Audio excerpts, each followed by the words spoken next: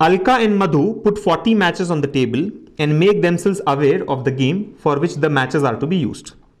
As per the rules, the winner is the one who takes the last match. Who will win the game? Right? So that's the question. There are two players here, Alka and Madhu, who have put 40 matches on the table and make themselves about the rules of the game for which these 40 matches are to be used. Now, as per the rules, who is the winner? The winner is the one who takes the last match. Right? Who takes the last match. So matches are nothing but some sort of articles here, right? Match sticks, or let's say sticks in simple words, right? There are 40 sticks on the table, right? So the one who chooses the last stick is the winner, right? As per the rules, the winner is the one who takes the last stick. Who will win the game? I mean, I'm using the term stick instead of match so that, we are clear with the idea, right? Matches is not like games.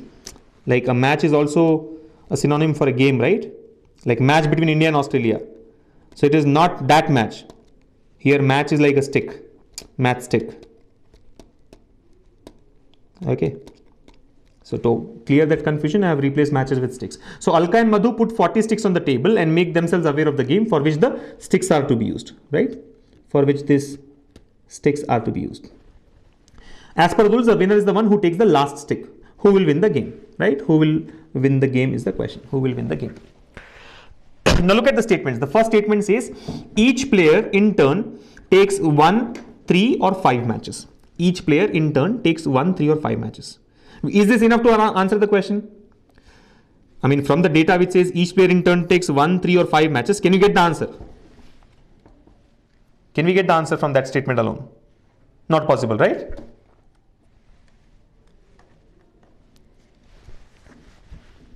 Can we get the answer just from statement 1 alone? No. It only tells us that turn by turn a player can take 1 or 3 or 5 matches. But who will win the game is, cannot be determined using statement 1 alone. So statement 1 alone is not sufficient.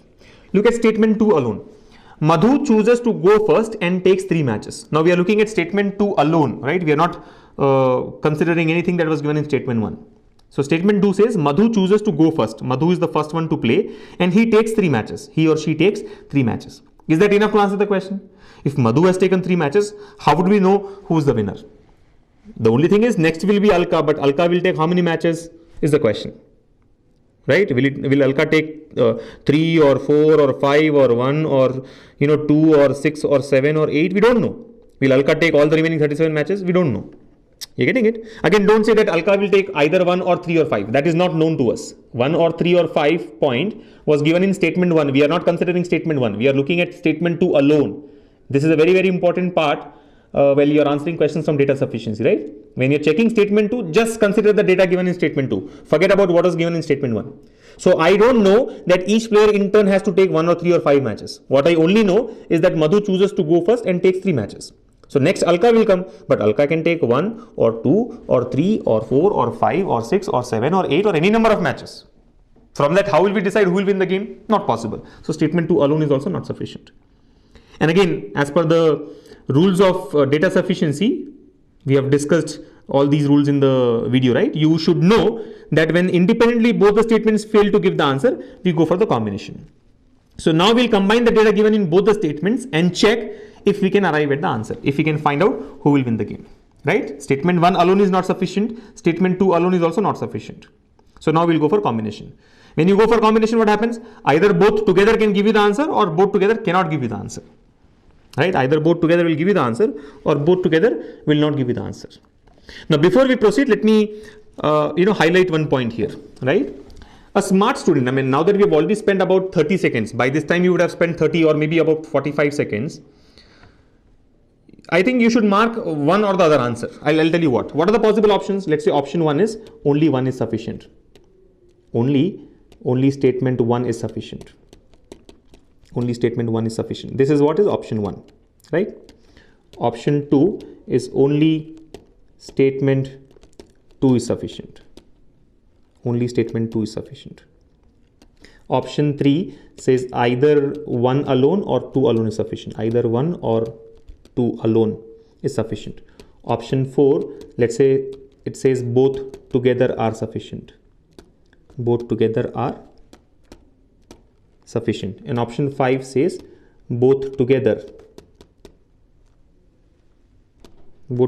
are not sufficient. Both together are not sufficient. Now, when you have kind of analyze it so much, I mean, when you know that statement 1 alone and statement 2 alone have failed, you clearly know that option 1, option 2 and option 3 cannot be the answers. Because only statement 1 is not sufficient, only statement 2 is not sufficient, and definitely either 1 or 2 alone is not sufficient. So now that we have already spent about 40-45 seconds to do this, even if you don't get to find out the answer, even if you are unable to crack this question, you should take a chance and mark either option 4 or option 5. Because see, you have already invested 45 seconds. You want some output. And I mean, this is like taking a risk. I am saying blindly either mark 4 or 5. I mean, if you have a gut feeling that both together can give you the answer, mark 4. If you think both together also will not give you the answer, mark 5. I am not saying you have to analyze it fully. Even if you don't want to analyze it fully, even if you fail to, move further, just take a little bit of chance and mark 4 or 5. Because these are the two possible answers. There is a 50-50 chance that either 4 or 5 would be correct. Right? The probability is 50%, half. So either you will get +1 or you will get -0.25. But there are, 50% chances that whatever you have marked is correct. So what I'm saying is, when you're solving questions in the exam, you have to take risk in certain cases. And this is one such question. At least I would not leave it blank and go to the next question. I will definitely mark 4 or 5, one of those, and just move ahead. When do you do it? When you have not verified the two statements together, right? But anyway, let us now go ahead and verify the two statements together. So when I use the data given in both the statements, what do I know? I know that each player in turn takes 1 or 3 or 5 matches. So when you go, you will either take 1 match, or match is nothing but stick here, right? Either you will take a one stick or 3 sticks or 5 sticks, right? 1 stick or 3 stick or 5 sticks.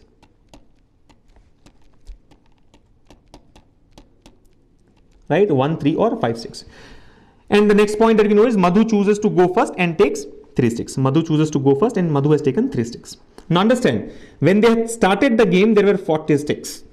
When they started the game, there were 40 sticks. Out of this 40, what happened?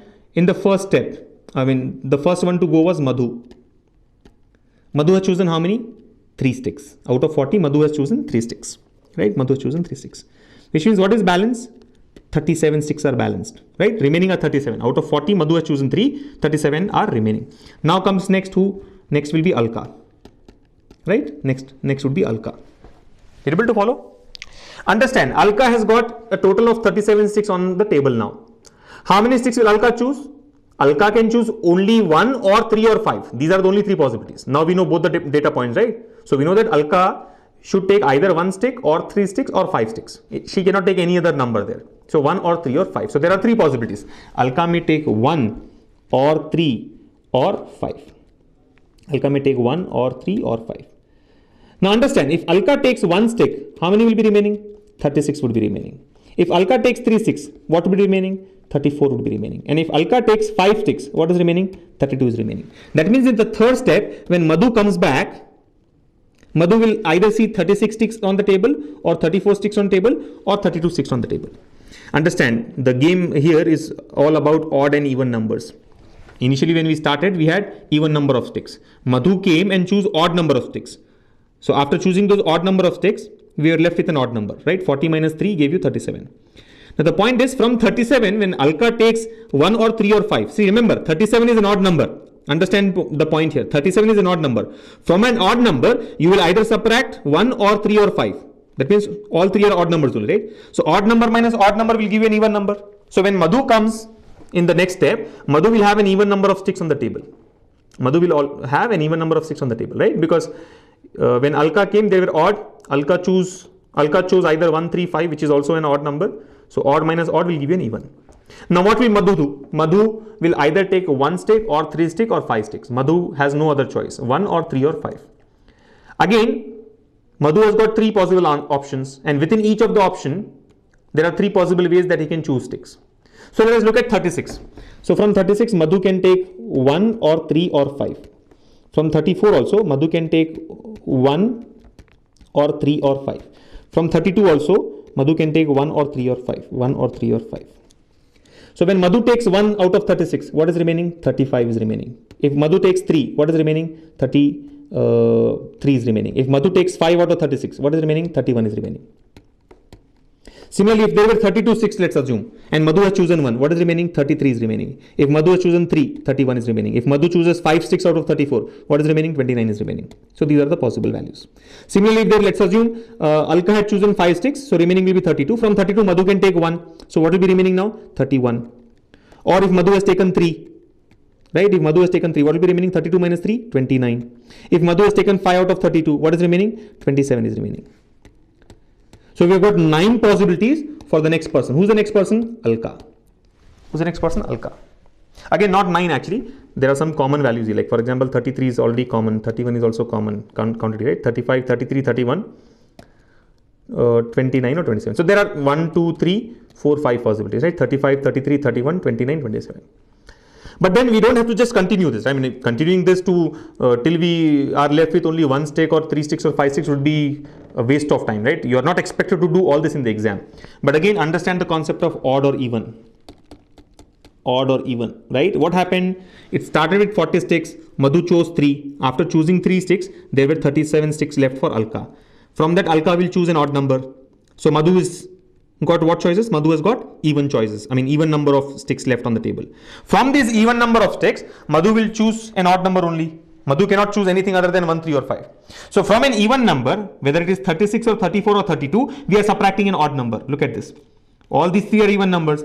And from each of this, we are always subtracting an odd number. 135, 135, 135. So from an even number, when you subtract an odd number, you will be left with an odd number. Right? You must know that even minus odd is odd. Even minus odd is odd, right? Like for example, 72 minus 5 is 67. So 72 is even, 5 is odd, 67 is odd. Even minus odd is always odd.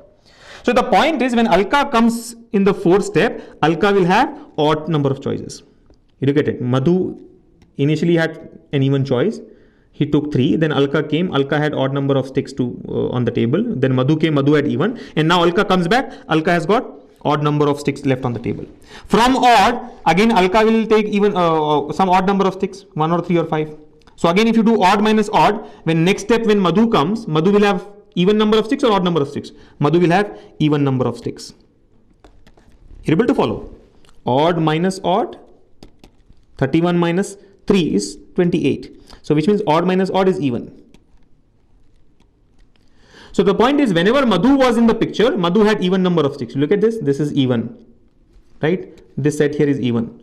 Whenever Alka came into picture, there were odd number of sticks. 37 is odd, 35, 33, 31 and so on is odd. And this would continue till the end. This would continue till the end. So which means whenever Alka is to choose, Alka has got odd number of sticks. Whenever Madhu has to choose, Madhu has got even number of sticks left on the table. So if you try to kind of just extrapolate this, what will happen towards the end, when Alka would come after some steps, right? In the last step, whichever is the last step, what will happen? We will be left with odd number of sticks only, right? There will either be 1 sticks or 3 sticks or 5 sticks. And who will be the person who will come now? Alka would come now, because odd always comes for Alka. In this process, odd always comes for Alka. So finally, when there is 1 stick left out, or 3 sticks left out, or 5 sticks left out, the person who has to choose is Alka. The person who has to choose is Alka. Now, if there is only 1 stick left out, obviously Alka will choose this 1 stick. So Alka has chosen the last stick, which means Alka is the winner. If there are 3 sticks left out, obviously Alka will choose all the 3 sticks. Alka has to win, right? I mean, Alka will try to win. So Alka will choose all the 3 sticks. If Alka has chosen all the 3 sticks, which means Alka has got the last stick. So Alka is the winner. Even if there are 5 sticks left out, Alka will choose all the 5 because Alka wants to win. So finally, when there will be odd number of sticks left, 1, 3 or 5, who will be the person who will play the game? Alka. And Alka will definitely choose all the odd number of sticks left on the table, right? Because Alka is free to choose 1 or 3 or 5, which means Alka will become the winner. Now you may say, how do you know that last step will have 1 or 3 or 5 only? Last step may have 2 also. Not possible. Understand, if the last step has got 2 sticks, if by any chance the last step has got 2 sticks, let's take 2 sticks. 2 sticks is what? Even number. We have already come to a conclusion that even number of sticks will be shown to Madhu. So Madhu will see 2 sticks. Can Madhu take both the sticks here? No. Madhu is allowed to choose only 1 or 3 or 5. He cannot take 3 or 5 out of 2. He will take only 1. When he takes 1, he will be table will have only 1 stick left, and Alka comes next. Suppose there are 4 sticks left out. What happens? Madhu is playing now. Madhu can either take 1 or 3. If Madhu takes 1, 3 sticks are left out. If Madhu takes 3, 1 stick is left out. And next Alka will come and choose that stick.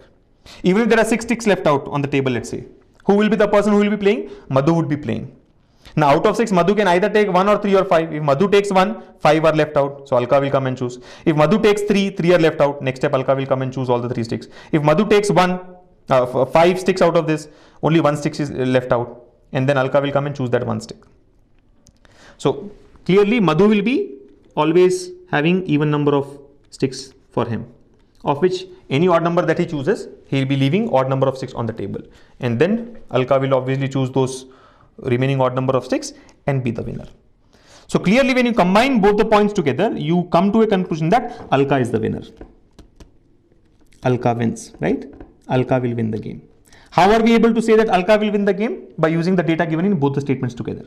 So your answer to this question should be both 1 and 2 together are sufficient. Option 4. Both 1 and 2 together are sufficient will be the answer. We cannot say both together are not sufficient. Both together are sufficient. So your answer would be option 4. Both 1 and 2 together are sufficient.